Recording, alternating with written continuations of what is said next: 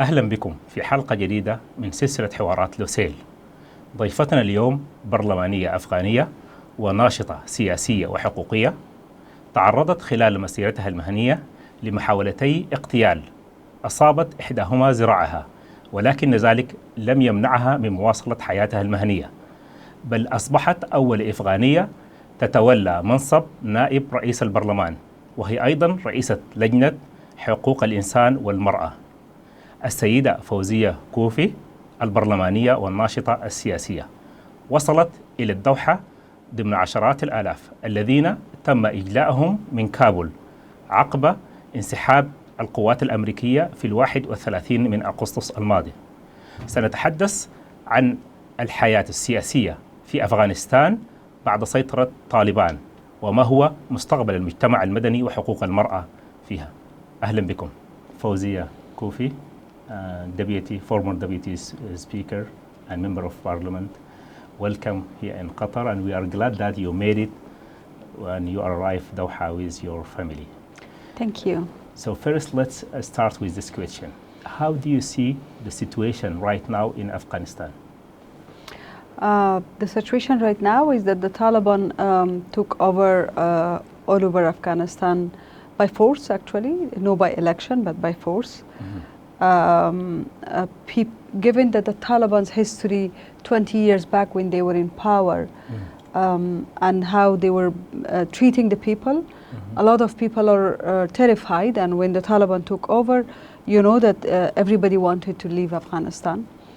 I think now there is a government just established, but a lot of the Taliban don't know how to govern. They're not familiar because they have been out of power for very long. So the major concern right now is delivery of services to the people, because poverty is getting more and more. People don't have jobs, lack of rule of law or complete lawlessness, and in some places there are small security incidents. As you mentioned that the new government, Taliban announced government, do you expect that kind of formation of this government?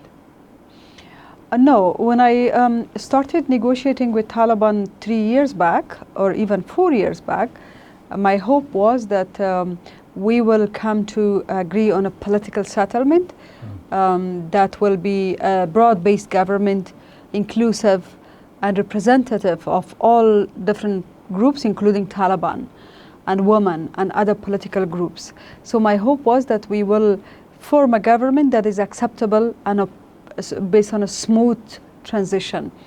But that did not happen, and everything collapsed very rapidly, and now we have kind of interim or a caretaker government, which is not a government that we had hoped. We hope that there will be a political settlement on the basis of which a government of broad base will be established. Okay, this caretaker government, does that mean Taliban blocked away from women to take a leadership position in the government, or even in public life? Unfortunately, that's how the situation is. Although when I met Taliban first time in 2019 in Moscow for the first time, some of their people in the leadership positions, they actually said that for them, women can be ministers, women can be prime ministers, women can be in business and active in social and political life. However, when they took over Kabul, we see that it's the same situation. There is no woman minister or in the high-level position. And even for women to work, they actually asked women to stay home until further notice. And when I remember when Taliban took over 20 years back, this is what they say: women stay home until further notice, and that further notice became permanent. Like for 5 years that the Taliban were in power, women did not go to university or to school. Are you afraid this will be permanent? Absolutely, that's my fear now. Do you expect this rapidly fall of Kabul? Not at all. What the reason? Corruption and weak governance internally in our system. Not to mention you are a part of the government. I was never part of the government. I was a part of the state. because we regard government as an executive, and then I was member of parliament. Even when I was member of parliament, I was a critical of opponent of the government in terms of corruption, in terms of not being inclusive enough. Even the previous president, I think he lost, and he lost the war, and he lost his seat because he was not an inclusive person. He was also thinking very narrow. And also when the US announced withdrawal of the troops from Afghanistan, they did not do a proper handover of to our security.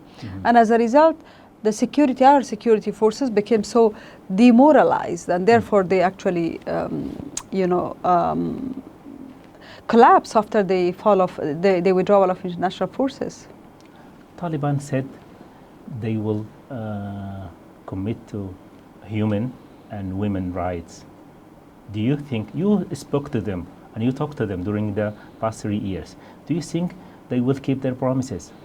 They haven't until now. They said that they will respect women's rights within Islamic values, and I don't think anybody in Afghanistan will want rights beyond Islamic values.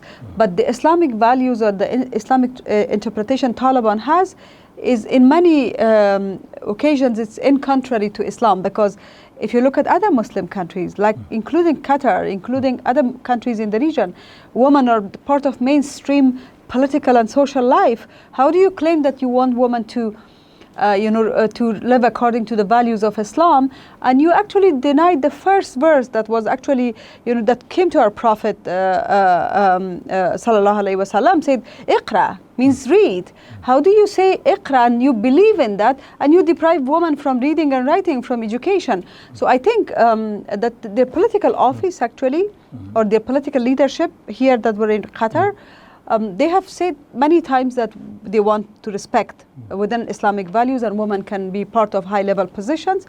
But I think their military, which actually took over by force many places, they don't comply with their political office. That's the problem. But if we look at 2 days ago, U.S. Secretary of State Blinken said in the Senate, they think that they expect Taliban will keep their promises. And I will quote he said, and I will quote from him, "We expect the Taliban to ensure freedom of travel, to make a good on countering terrorism commitments, to uphold the basic right of Afghan people, including women, girls, minority." What do you think about that? Well, that's the expectations we all have, because no country in the world, no government in the world can function excluding their 55% of the society. How can that happen? And in Afghanistan, we also have religious minorities like the Shia community, like other smaller religious minorities, that they have been part of the transformation of Afghanistan. So that's what we also expect. But in reality, we see that it's not the same thing that we actually expect. But in reality, Taliban need the international community. It's a two-way kind of thing. They need to keep their promises and deliver, not only make statements, but also deliver. Deliver in restoring democratic institutions like parliament, deliver in respecting rights and bring women to the higher level position that they deserve, because a lot of women are highly educated, very, very talented. They need to serve their country, right? And then deliver to disassociate completely with other military extremist groups. So if we talk about those high-level educated women,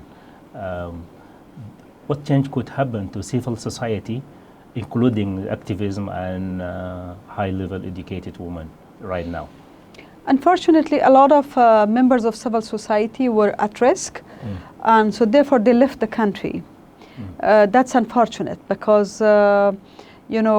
these are the talents and educated parts of our society which the people had hoped so far, and put a lot of expectations and hope to this generation of highly educated. A lot of them actually flee the country because they were afraid of their lives. I'm hoping that we will go back. I will go back at least, and some civil society still in Afghanistan. They certainly need to be supported financially. They need to be. We need to work with the Taliban to give them space so that they are able to express themselves. If we back to the negotiation before, and we saw you that you are the member of government negotiation. So do you think that international community should make more pressure for two parties to reach a deal before everything collapses? Absolutely. I think, although this was a government negotiation team, but you know that we were not appointed based on president's decree. So we were an entity, a body that were formed based on a political consensus. So there was a political agreement among all the political sides to have this negotiation team. My hope was that in short period of time, we are able to agree on something. And I think the United States, in terms of, instead of putting all the pressure on withdrawal, it was much more effective if the United States could put all that pressure and use their leverage to bring Taliban to a meaningful negotiation. Even if we had a very draft kind of agreement, that was better to have something for a smooth transition than to having nothing. You mean that an agreement right now?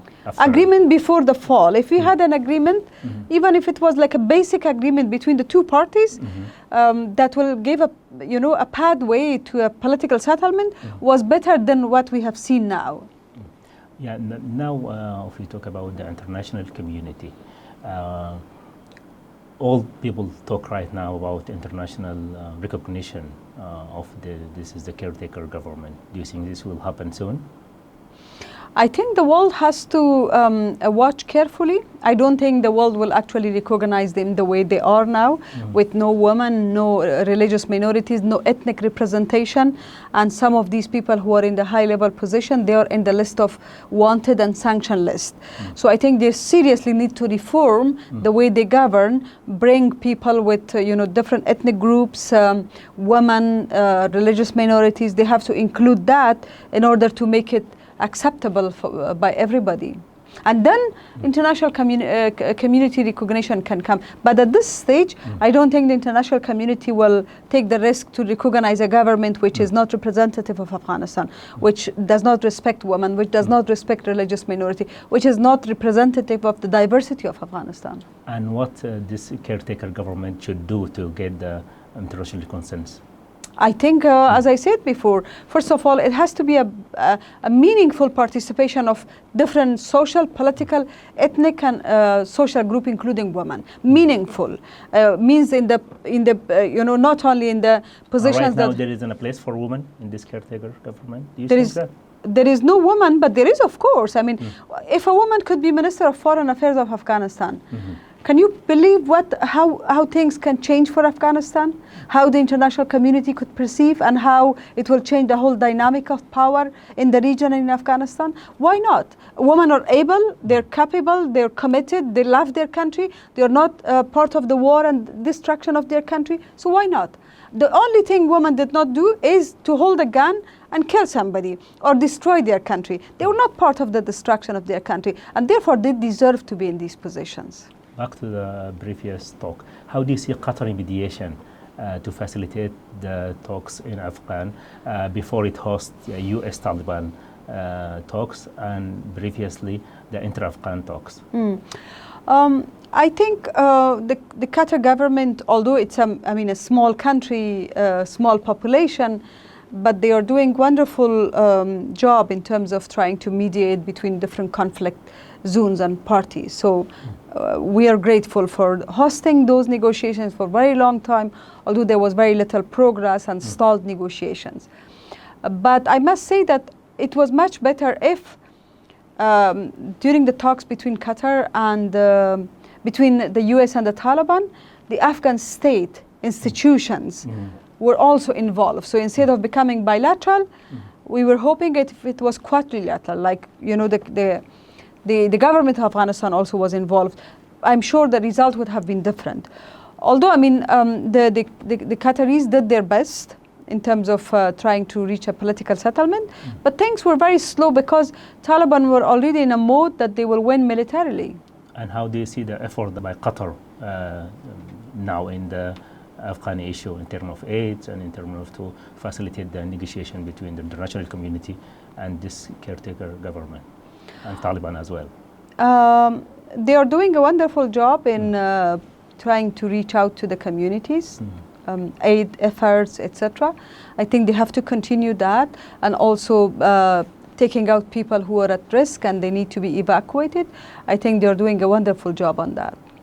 We saw you when you were presenting the government during the talk, and we know that you are subjected to 2 assassination attempts, one of them from Taliban, I think. What's your feeling when you sat in front of them during the negotiation?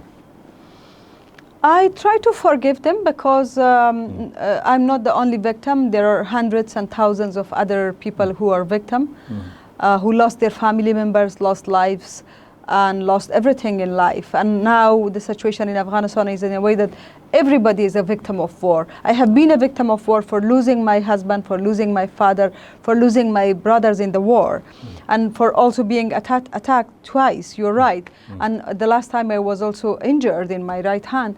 And sometimes when the weather is cold in AC, it really hurts. But I try to forgive because the country needs forgiveness. We need to forgive each other and have that, the big heart to pardon and to give amnesty. But that amnesty should also come from people. So we as politicians did so many things wrong that we actually oppressed people. Now, when the Taliban took over, they said there is a blanket amnesty. Somebody actually should have asked the people if they want to announce amnesty or not. The people should pardon their politicians, male and female. We have done so many things wrong, I must say. As politicians, sometimes I feel embarrassed for representing a country which is so beautiful, full of natural resources, full of talented population, but we are not able to govern it properly and rule it properly. So if I am embarrassed, while I did everything possible to keep my country a safe place, these politicians who are fighting, they must be ashamed of their fighting. But at the end of the day, it's the people who should actually pardon. And back to the government right now, how Taliban dealing with women in Afghanistan right now? Women don't go to the offices. In a lot of provinces, women, protested. You know that. They protested in the streets. And they were, some of them, when they protested in the streets, the Taliban are not used to the protest because what they know is just fighting. So the Taliban actually went after them to their houses, searched their houses, and tried to find out more information about the woman. So, in fact, unfortunately, the women are the main victim of this. With these complexities that you said, what the opportunity, what we can call the coexistence between Taliban government, women defender, and human rights activities with all this formation? There is no other way but acceptance and tolerance and coexistence. We could have political differences. It's very natural. But that political difference should not be the reason that we kill each other or we push people to leave the country. My hope is that the Taliban actually directly negotiate with women representatives. They have to talk with women representatives, and they have to open the government's arm for everybody to be part of that government and restore democracy. It's very, very important for people to see themselves part of the future government. What's your biggest fearness? If the situation gets worse than what we see now, and if Afghanistan is abandoned. People ask, how do you make it to get out from Kabul? The Qatar government, they did a lot. It was a special flight. But I never actually hoped that I will leave Afghanistan. I'm hoping to go back, inshallah. And you are willing to go back to Afghanistan? That's what my hope is, and that's why I'm in Qatar, 2.5 hours away from Afghanistan. What's the achievement of women in Afghanistan during the past 2 decades? Women have been part of any progress in their community. They were able to deliver service as politicians, and people seem to be very happy with their female politicians as opposed to their male politicians. I was a member of parliament for 15 years. People seem to be happy with their women parliamentarians than the male parliamentarians. And people were thinking that women parliamentarians, they're accessible, they deliver small things, but they deliver. Women have been, in science, for instance, we have young girls who made us so proud, our robotic team. They have made us so proud by being part of international sports. They have been, international Olympics that they participated in. They brought medals to Afghanistan. They have been doctors, nurses, educators, civil society activists. They have been part of Afghanistan's transformation in the past 20 years. And how the civil society should maintain this legacy that you take? It has become very difficult for civil society. Unfortunately, most of the civil society are closed now. I hope that they will resume, and I hope that they are protected, and I hope that the Taliban will take any measure to respect the dignity and the rights of people who are working in the society, including the civil society activists. You are here in Qatar. How do you see Qatari women participating in public life or leadership position? This is something I have always been telling Taliban people that I meet, and I'm like, you have to use other Muslim countries as a role model. And Qatar is an example because they have women at different high-level positions. They provide all opportunities for education for women, and there is no restriction for women public life. It's for women who, it's their personal choice in terms of their outfit. They choose what to wear. They're not imposed on what to wear. You come back from abroad. You participated in a parliament meeting in Geneva. What the message that you delivered to the people or to the world? My message was very clear. I wanted them to stand with the people of Afghanistan in solidarity to restore democracy. I know in the past 20 years, international community and the people of Afghanistan are not happy about what happened in terms of elections. But there is no other way than elections in Afghanistan. My hope was that my message was that they need to stand in solidarity with especially women and youth, because they're the two very, very vulnerable part of our society. Ms. Fawzia Kofi, former Deputy of Speaker, Member of Parliament, thank you for your time, and we wish a brighter future for Afghanistan. Inshallah. Thank you. متابعينا شكرا لكم. كانت هذه السيدة فوزية كوفي البرلمانية والحقوقية الأفغانية. إلى أن نلتقيكم. طيب الله أوقاتكم.